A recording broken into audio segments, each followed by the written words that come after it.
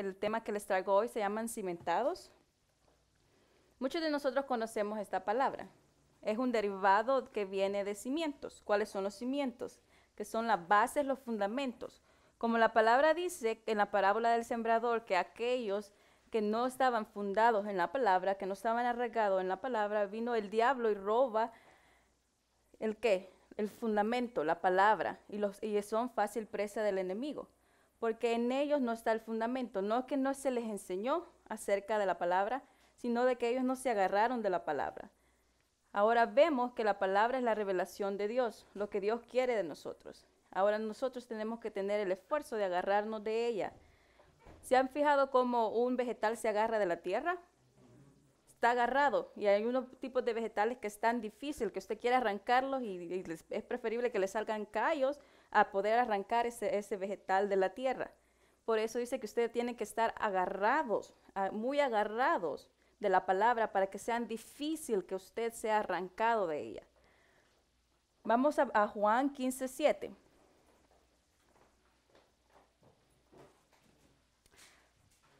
Juan 15:7 dice así.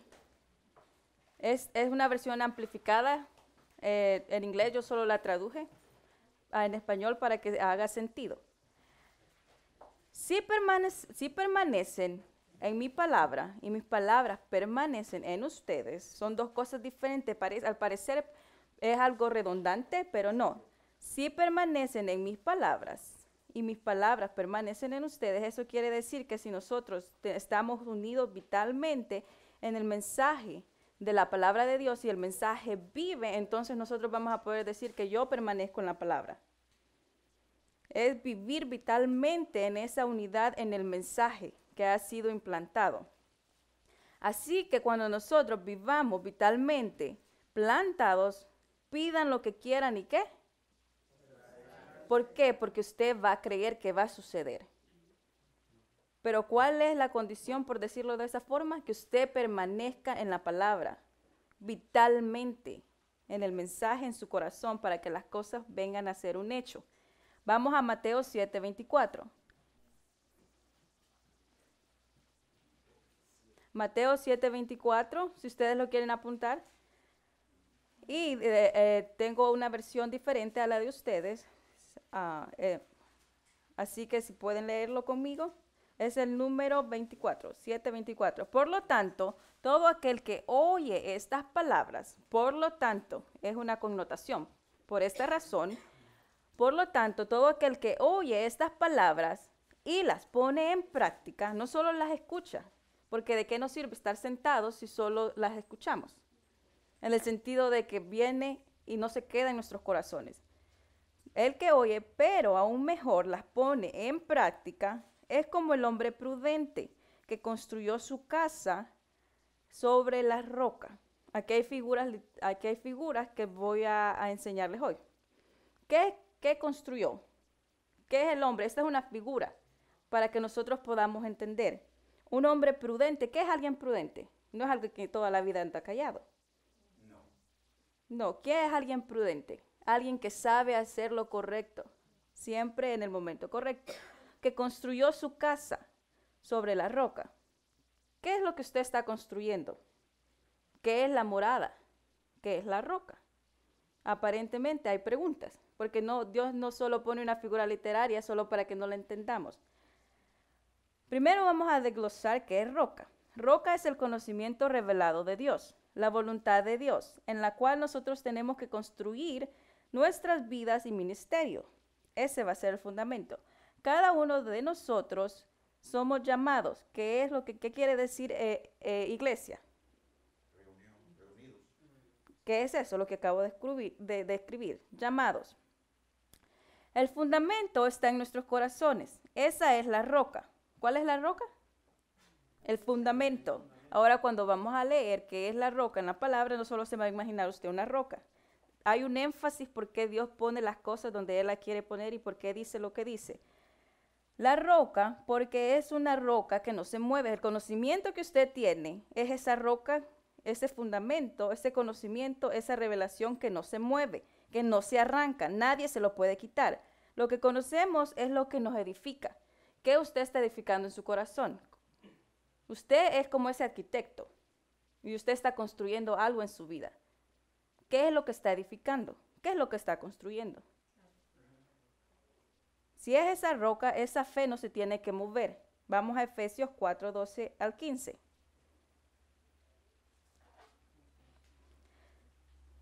Efesios 12. 4, 12 al 15. Y esta es la nueva traducción viviente. 12 dice así. Ellos tienen la responsabilidad. ¿De quiénes habla? Ustedes, todo el mundo sabe qué dice el 11. Habla de los ministerios. ¿Se acuerdan? A pastores, etcétera, etcétera. Los que le siguen a ese. Ellos tienen la responsabilidad de preparar a los hijos de Dios que lleven a cabo la obra de Dios. ¿Cuál es la obra de Dios? Su palabra. ¿Y dónde comienza la obra de Dios? ¿No en su vida? Uno tiene que comenzar a ver qué edifica cada uno en su corazón, para que después usted pueda edificar a la iglesia.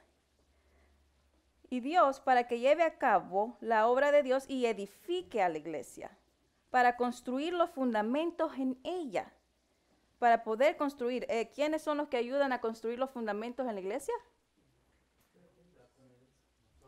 Los que son ministros, ¿correcto? ¿O me equivoco? Es decir, el cuerpo de Cristo. Ese proceso continuará hasta que todos alcancemos la unidad de la fe. ¿Cuál es la unidad de la fe? Cuando Jesucristo decía, yo quiero que cada uno de ustedes tenga ese mismo propósito que yo tuve con Dios, esa unidad. ¿De qué? Que la palabra era sobre todas las cosas y de ahí nadie lo movía, a un nivel de creencia en un mismo sentir. Y conocimiento del Hijo de Dios. ¿Cuál era el conocimiento del Hijo de Dios? Por eso dice que el fundamento es Cristo. ¿Por qué dice que el fundamento es Cristo? Porque Él dio a conocer la palabra de Dios. Él fue la palabra en vida. Nosotros cuando seguimos a Jesucristo, nosotros vamos a hacer ¿qué? La palabra en vida. Nos vamos a edificar. ¿Para qué? Dios dice para que seamos maduros en el Señor. Porque vamos a seguir el ejemplo de Cristo. Es decir, hasta que lleguemos a la plena y completa medida de Cristo. Si ven, todo es como un edificio. Está hablando de medidas. ¿Cuál es la medida de Cristo? Entonces ya no seremos inmaduros de poner algo más que a Dios. ¿Cuándo nos volvemos inmaduros? Cuando ponemos algo más que a Dios.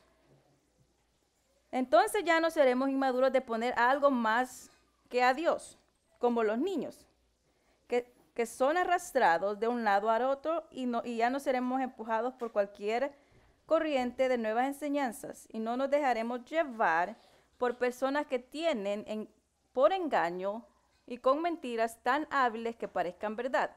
¿Cuáles son los engaños y cuáles son las mentiras? No, muchas veces tenemos las personas alrededor como aguijones que nos dicen, oh, ¿por qué tienes que ir tanto a la iglesia? Nos ponen esa duda. Oh, no necesitas ir a la iglesia todos los días para que Dios te escuche. ¿No creen que todas esas parecen mentiras y nos hacen dudar que no necesitamos del regalo de Dios? ¿Que no necesitamos de Dios, que estamos bien como estamos? ¿Y dónde están los cimientos? Cuando a usted viene y la gente que está alrededor le dice, oh no, tú no necesitas de eso. ¿Vamos a ser realmente tan fácil conmovidos de esa verdad? Tenemos que realmente no ser como esos niños, tan fáciles de engañar, que parezcan las mentiras que nos dicen, parezcan verdad. ¿Por qué? Porque nosotros las hacemos verdad. En cambio, hablaremos la verdad con amor y así creceremos. Edificar, construir, eso es crecer. Cuando nosotros edificamos, cuando nosotros construimos, en un sentido hasta parecernos más a Cristo. ¿Cuál es la meta? Parecerse más a Cristo. ¿No es Cristo el fundamento? ¿Quién es la cabeza de su cuerpo? Que es la iglesia. Nunca vamos a tener que comprometer la verdad. ¿Todo el mundo sabe qué significa eso? ¿Qué es comprometer la verdad? ¿Qué quiere decir esto?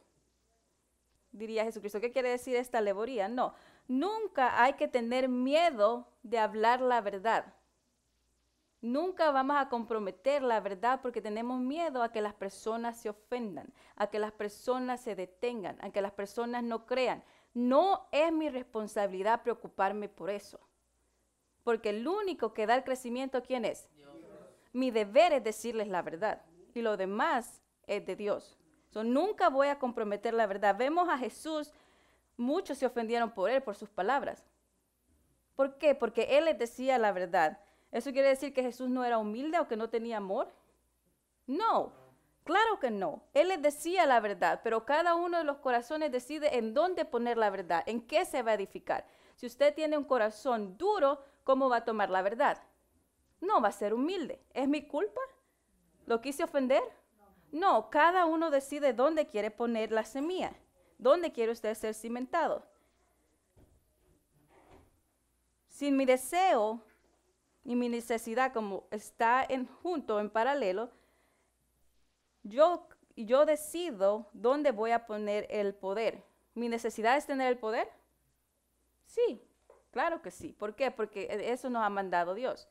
Y si mi deseo es ese, ¿qué es lo que va a pasar? Voy a caminar en poder. Ahora, ¿deseo vivir en la palabra? ¿Es lo que deseo? ¿Es mi necesidad vivir en la palabra? Si mi deseo es vivir en la palabra, ¿cuáles van a ser mis acciones? Caminar de acuerdo a la palabra. Primera de Pedro 2:5.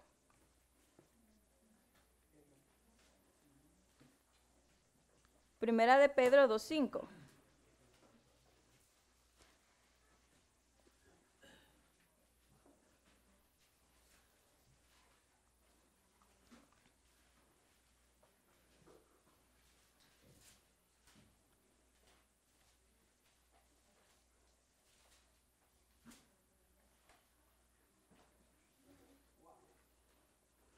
¿Quién lo quiere? A quien lo tenga, lo puede leer en esa versión. Rápidamente, si no yo ya lo tengo. Vosotros también, como piedras vivas, sed edificados como cosa espiritual y sacerdocio santo para ofrecer sacrificios espirituales aceptables a Dios por medio de Jesucristo. Gracias. Ustedes, creyentes, son las piedras vivas. ¿Por qué dice piedras vivas? ¿Por qué los comparan a una roca? Dice, ustedes, los creyentes, son piedras vivas, con las cuales Dios está edificando una morada espiritual, el fundamento vivo. Ustedes son fundamentos vivos. ¿Por qué son fundamentos vivos? Porque viven la palabra, caminan como Jesucristo caminó, actúan en el conocimiento que Jesucristo dio. ¿A dónde está usted edificando? ¿No saben que ustedes son el templo y morada del Espíritu Santo? Entonces, ¿qué están edificando? ¿Qué está en su corazón? Usted como constructor, como arquitecto, ¿qué está edificando en su corazón? Dios ya estableció, dice, ustedes como piedras vivas, como fundamento vivo, edificando una morada espiritual. Además, son sacerdotes santos por medio de Cristo Jesús. Ustedes ofrecen sacrificios espirituales que agradan a Dios. Y ya que siguen el fundamento de Cristo. ¿Por qué nosotros agradamos a Dios? Porque seguimos el fundamento de Cristo. ¿Cuál fue el fundamento de Cristo? Porque es necesario ¿qué? ¿Estar en dónde? En los negocios del Padre. Vimos su caminar, vimos su vida, vimos su creencia. Eso es lo que vamos a imitar. Efesios 2, 19 al 21.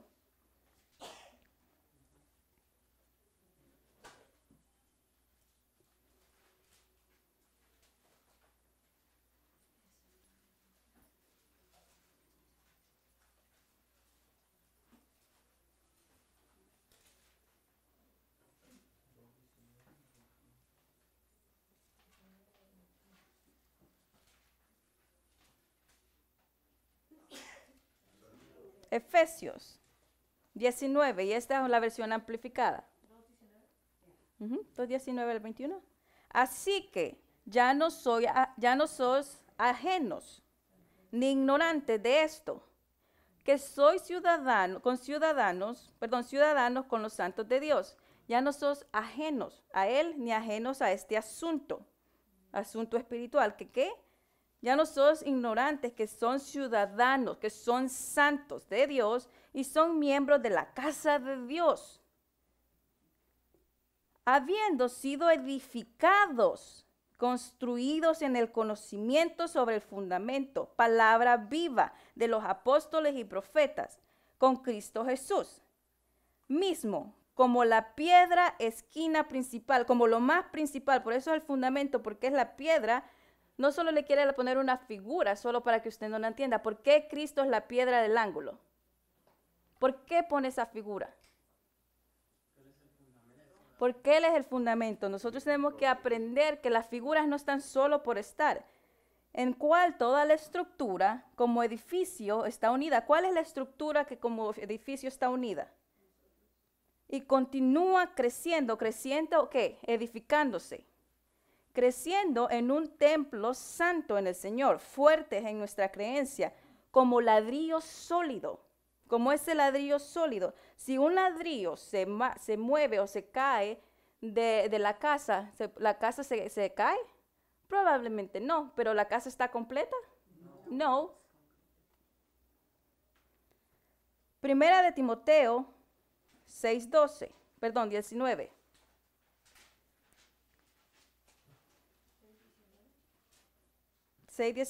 Voy a leer la Nueva Traducción Viviente, pero me gustaría que alguien lo leyera en su versión rápidamente, si lo tienen, para avanzar.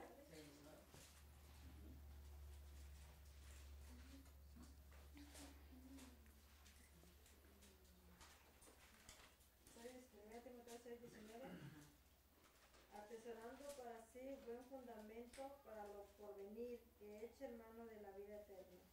Gracias. De esa manera, está en contexto. ¿Qué es lo que dice anteriormente? Le está explicando cómo llevar una vida santa. Ya después que le explica cómo llevar una vida santa de acuerdo al fundamento, dice, de esa manera, de lo que había dicho previamente, al hacer esto, acumulará su tesoro como un buen fundamento. ¿Cuál es el tesoro en el cual nosotros nos tenemos que acumular? La palabra. ¿Se acuerdan donde Proverbios dice, si como la palabra tú la buscares como esa plata? Si a la sabiduría dieras su voz, si a la inteligencia le dijeras tu hermana, si al conocimiento le dieras la importancia mejor que a las perlas. ¿No es este el fundamento? ¿No es este el tesoro? No nos dice Dios que mejor que al mismo oro hay que buscar la palabra porque es mejor que el oro. ¿Dónde está el tesoro? ¿Dónde está nuestro tesoro? ¿Qué es lo que nosotros valorizamos como tesoro? Aún en toda la palabra nos dice, la palabra es mejor que ese tesoro. Si ustedes tuvieran el corazón de poder decir, oh, yo quiero ese conocimiento, y lo atesoraran y lo hicieran suyo, y dijeran, oh, no, la revelación de Dios es más importante que lo que sea, si apreciaran como nosotros apreciamos lo más bonito que tenemos en nuestra vida, entonces, dice Proverbios, conocerán realmente qué es respetar y amar a Dios. Entonces acumularán tesoros, ¿en qué? Para la vida eterna.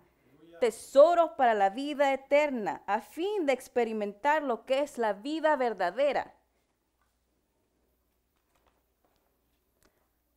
La vida verdadera es los fundamentos vivos, acumulados, esos tesoros que no se ven, como Corintios dice. No, nosotros nos vamos a basar en las cosas que son temporales. Si no estás firmes en el conocimiento de la revelación de Dios, entonces vamos a experimentar el amor y el poder de Dios. Hasta entonces. Segunda de Timoteo 2:19.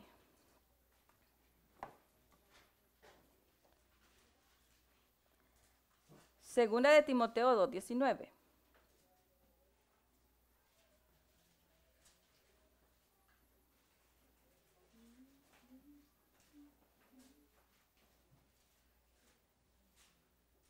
Dice así: sin embargo, el firme fundamento de Dios que Él ha puesto, permanece seguro e inquebrantable a pesar de los ataques. El firme fundamento. ¿Dónde está el fundamento? En la palabra. ¿Y dónde tiene que estar ese fundamento? En nosotros. En nosotros. Para que cuando vengan los ataques, ¿qué pasa? Sea inquebrantable. Si somos edificados, nada nos va a mover de ahí, nada nos va a quebrar de ahí. La verdad de Dios se mantiene, la verdad de Dios se mantiene firme como una piedra de cimento llevando este sello. Yo cuando hago la palabra mía y la propia y no nadie me arranca de eso, los ataques van a venir, pero yo me voy a mantener firme como esta piedra de cimento. ¿Cuál es la piedra de cimento? Algo firme. ¿Es difícil quebrar una piedra, un ladrillo? Yo creo que sí, por mucho que usted martille una piedra, algo duro. ¿Por qué? Porque es eso. Nadie nos va a quitar esa piedra, ese conocimiento. Como firme. Dios se mantiene firme como una piedra de cimento. ¿Por qué? Porque Él ya dio el conocimiento a través de Cristo. Dios también se mantiene firme y lleva este sello. El Señor conoce los que son suyos. ¿Por qué? Porque ellos se mantienen firmes en el fundamento. Y que todo el que nombra el nombre del Señor, apártese de toda maldad. Apártese de toda maldad.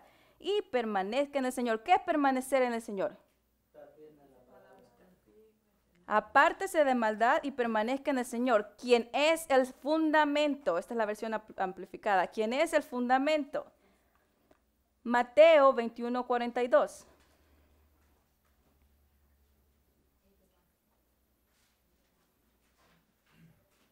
Mateo 21:42.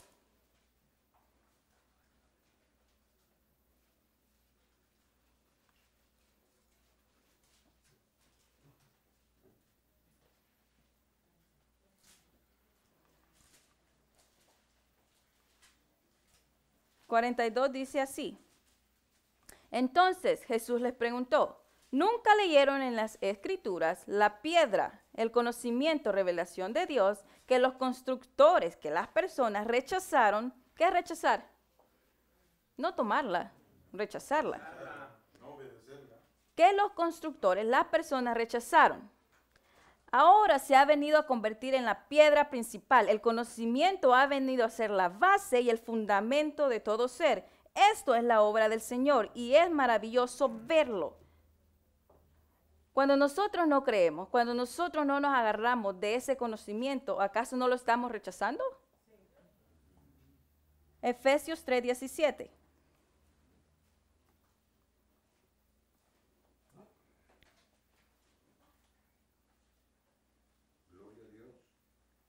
Efesios 3:17.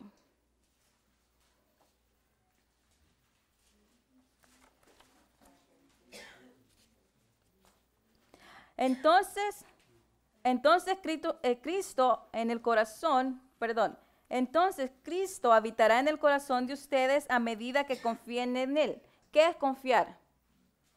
Confiar no es creer.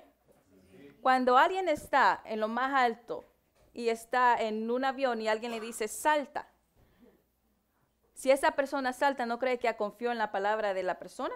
Y por eso salta y toma una acción. Entonces confiar, ¿qué connota? Una acción y una seguridad que usted va a estar bien. Cuando usted confía en quién, en Cristo, no acciona de acuerdo como Cristo le dijo. Entonces no podemos decir que confío en Cristo cuando no actúo como Él actuó. El conocimiento habitará en nuestros corazones y nos edificaremos en esa confianza. Y echarán raíces profundas en amor hasta que nosotros seamos cimentados. Y ellas los mantendrán fuertes. Las raíces profundas porque se van a agarrar. La raíz es como esa roca. Ambas son la edificación de la revelación de Dios. No importa lo que pasa, pero usted no va a ser movido. Su enfoque siempre tiene que ser la revelación y la voluntad. Podemos ver el ejemplo de Pedro, cuando vio a Cristo y le dice, oh, si tú eres Cristo, dime que vaya. ¿Se acuerdan? Y que él salió del bote y mientras que su enfoque era Jesucristo, él no se hundió. Pero ¿qué pasó cuando él se comenzó a ver que la tormenta y el agua golpeaba la roca y todo eso? ¿Cómo comenzó a dudó? Entonces cuando nosotros quitamos el enfoque y quitamos ese conocimiento, porque cuando nuestro enfoque ya no es Cristo, el fundamento que fue hecho en Él, la palabra viviente, Cristo en nosotros, cuando eso ya no es así, ¿qué pasa con nosotros? ¿No somos más fácil presa del enemigo? ¿No somos removidos y no somos leales en no permanecer en ese fundamento? Podemos ver esto, que cuando Pedro se comenzó a hundir es cuando él quitó el enfoque. Y nosotros vemos que cuando nosotros nos quitamos de ese enfoque somos fácilmente arrancados y somos ahogados por las cosas, por los problemas, por lo que aparentemente a nuestro alrededor nos puede quitar la bendición. No tenemos que ser fácilmente quitados de la palabra de Dios. Pero vamos a ver un contraste de esto. Vemos que cuando hay una tormenta, no sé si ustedes muchos han estado, cuando llueve bastante, han estado cerca del mar. ¿Cómo ven que ese mar se agita? El aire lo agita, lo mueve y las olas son guiadas por el aire de aquí para allá y de allá para acá. Y vemos que el aire lleva el agua a golpear las rocas. Pero vemos que las rocas no son quebradas ni quitadas. Por muy fuerte que vaya el agua, la roca permanece en su lugar. No importa el aire, lo que sea, la roca permanece. Pero vemos que el agua de la superficie, el viento lo lleva para acá y para allá. Pero vemos lo más profundo, si usted va a unas hinchas más abajo del agua, el agua que está en unas cuantas diferencias de la superficie permanece en calma. No le pasa nada. Esa agua está pacífica y no se mueve. Así tiene que ser nuestras vidas, de esa forma. No importa lo que pase, nadie tiene que mover esa roca. Nadie. Usted puede tener una tormenta, por decirlo figurativamente, alrededor de usted, pero si su fundamento es la palabra, nadie lo va a hacer que usted se mueva, porque usted tiene usted está agarrado de Dios. Y por dentro usted va a tener esa calma, esa seguridad, esa creencia. Nadie lo va a mover, nadie lo puede mover, al menos que usted no lo quiera así. Vamos a 2 de Corintios 3:14.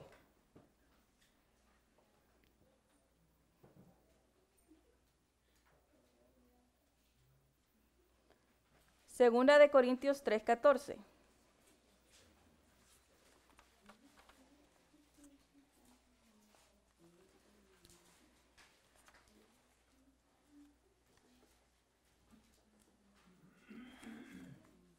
Pero de hecho, sus mentes estaban endurecidas porque habían perdido la capacidad de entender. Porque hasta el día de hoy, en la lectura del Antiguo Pacto, el mismo velo les permanece y no es quitado, mas por Cristo es quitado.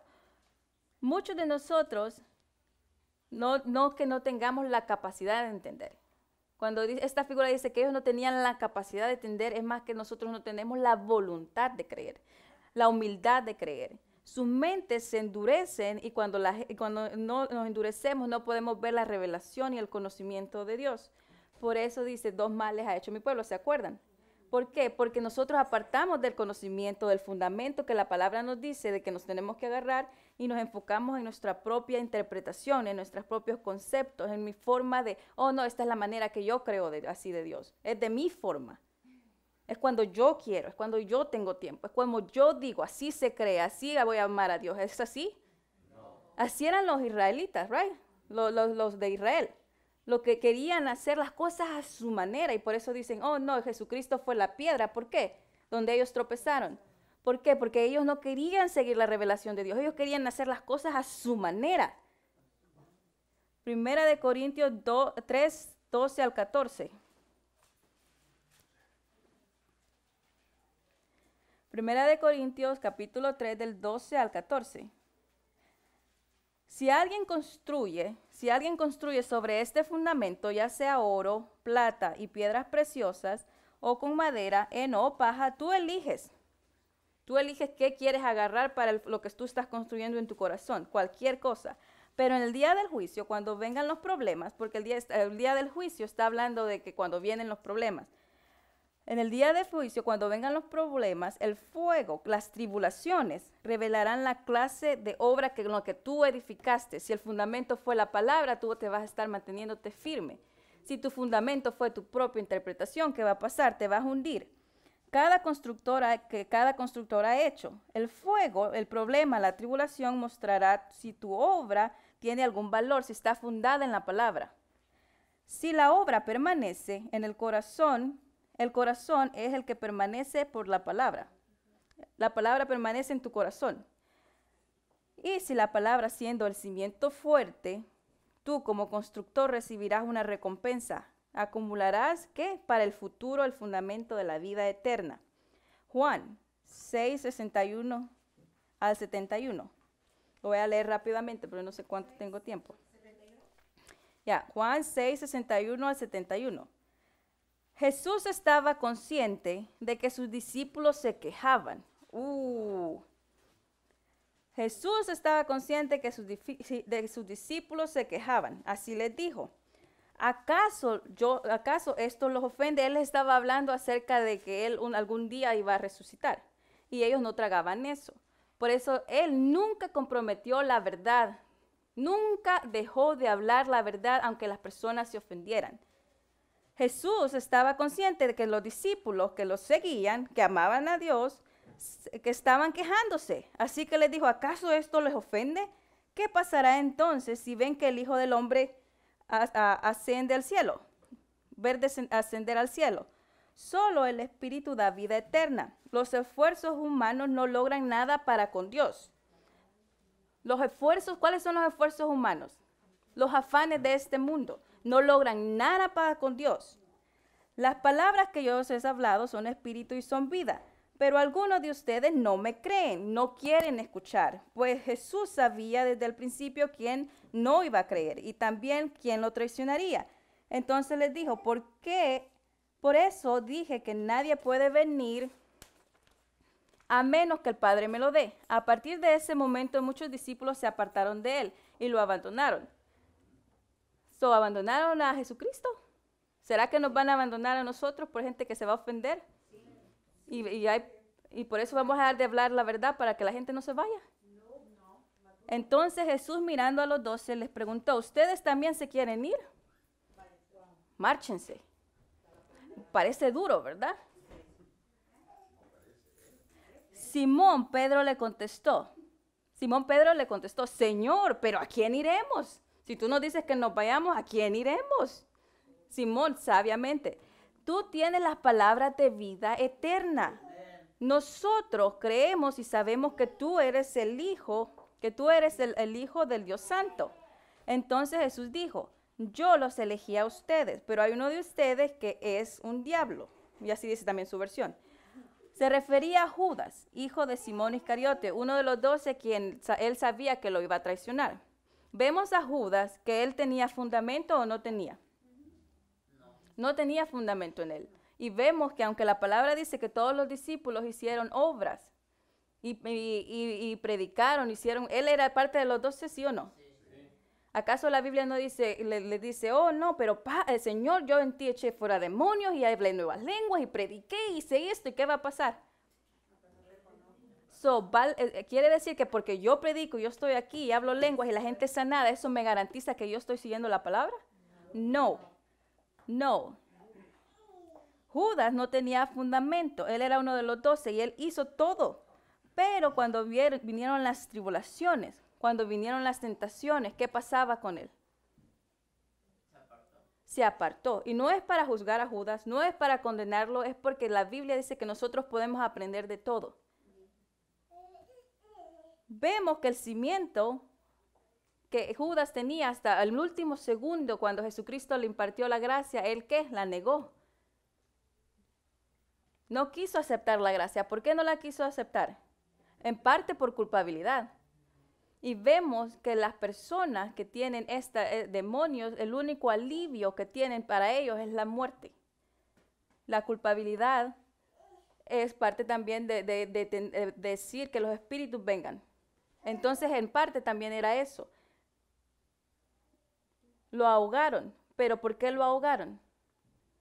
porque no estaban arraigados. Cuando las cosas a nosotros nos ahogan, es cuando más nosotros tenemos que, ¿qué? Regresar a la palabra, regresar a los cimientos, porque esa ya es una alerta roja donde, oh no, ¿qué está pasando con mi vida? Tengo que regresar entonces a los cimientos, no abandonarlos más, porque entonces, ¿qué va a pasar?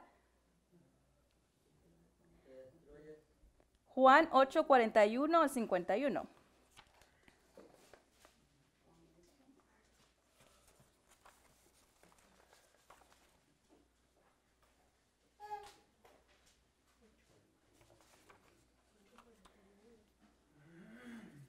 Solo voy a leer, lo podemos leer todo, solo me voy a enfocar en estos momentos en el 42 y el 43. Okay. Esta es la narración cuando Jesucristo llegó a las personas y le dijeron, no, tú eres un hijo ilegítimo. El 43 dice, ¿por qué no pueden entender lo que yo les digo? ¿Por qué no lo pueden comprender? ¿Por qué ni siquiera pueden tolerar la verdad? 44. Porque ustedes son hijos de su padre. Les gusta hacer lo que las cosas malvadas que su padre hace. Cuando él miente, actúan de acuerdo a la naturaleza que él. ¿Por qué? Porque les gusta imitar a su padre. La Biblia nos dice que nosotros tenemos que ser imitadores de Dios. ¿Un hijo imita a su padre, sí o no? Nosotros vamos a imitar ¿a quién? ¿Quién es tu padre? ¿A quién vas a imitar? Efesios dice que nosotros tenemos que ser imitadores de Dios. Y por eso les decía, no, ustedes hacen las cosas malas. ¿Por qué? Porque hacen las cosas de acuerdo a su padre. Ahora vamos al 47. Los que pertenecen a Dios, escuchan con gusto. ¿Qué quiere decir con gusto? Con humildad. Escuchan con gusto, con esa humildad, las palabras de Dios. Pero ustedes no la escuchan. ¿Por qué? Porque no pertenecen a Dios. 51, les dijo la verdad, todo aquel que obedece mis enseñanzas, ese fundamento jamás morirá. ¿Por qué? Porque va a ser agarrado de eso. Vamos a Mateo 16, 25 y 26. Mateo 16, capítulo 16, 25 y 26.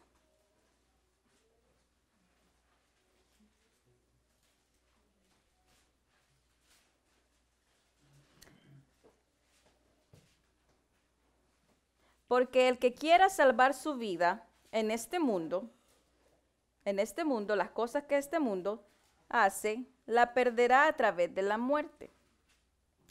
Pero el que pierda su vida en este mundo, por mi causa, ¿qué nos llamó a Dios? A servir.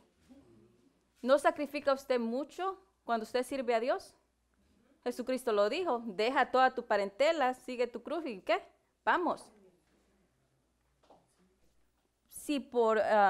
Pero si tú pierdes tu vida en este mundo por mi causa, por seguirlo, por hablar la palabra, por mantenerse en la integridad, es decir, la vida conmigo por la eternidad, por mi causa, ¿qué? Tú vas a ganar la vida en mí por la eternidad. ¿Por qué? Porque ¿qué aprovecha al hombre ganar el mundo entero? Esta es la versión amplificada. ¿Qué aprovecha al hombre ganar el mundo entero? Riqueza, fama y éxito, pero pierde su alma, pierde ¿la qué? Lo que usted quiere acumular. ¿Pierde qué? La vida eterna. Pierde todo eso. Lo que es más importante, usted lo pierde. ¿Por qué? Por sacrificar las cosas de este mundo. ¿O qué dará un hombre en cambio de salvar su vida? ¿Usted puede dar dinero para irse con Dios? ¿Qué es lo que tiene que dar? Su corazón. Si tú quieres vivir tu vida de acuerdo al mundo, la perderás en una muerte espiritual y por consecuente humana, sin una esperanza. Pero aquel que pierde su vida en este mundo, si te niegas a ti mismo y pones a Dios primero, en vez de tus excusas de no querer obedecer y renuncias a este mundo, hallarás la vida en Él, en Cristo, por la eternidad. Porque ¿de qué aprovechan las riquezas, la fama y el éxito, como lo leímos, si esto no dará nada en cambio para salvar tu alma? Vamos al último versículo, Filipenses 2:14. Filipenses 2:14.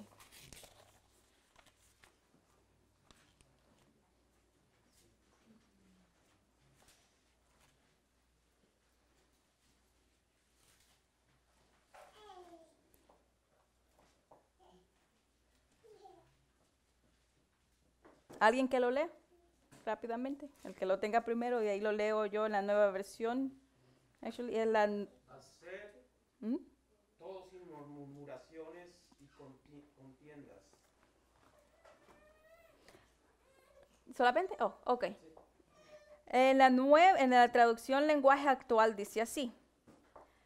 Hagan todo sin hablar mal. Sin hablar mal.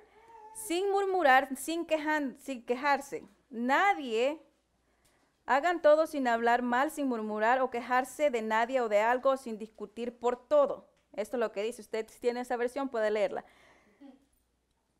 Por último, solo me gustaría decirles que no es bueno cuando nosotros decidimos servir al Padre quejarnos de las cosas. Porque el quejarse de las cosas quita el amor al servicio y aún de lo que usted hace.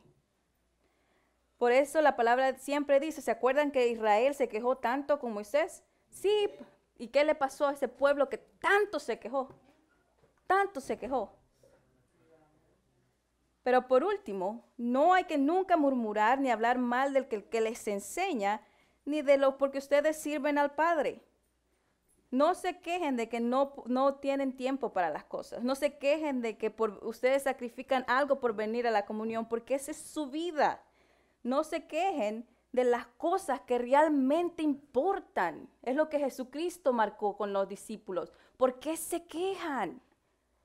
¿Por qué se quejan? No nos quejemos, al contrario, tendríamos que sentirnos bendecidos, que Dios nos eligió y que usted y yo podemos entender de millones y millones de personas que vienen, se sientan y se van. ¿Por qué? Porque no entiende, pero usted entiende, gloria a Dios. No se queje de lo que tiene o de lo que da.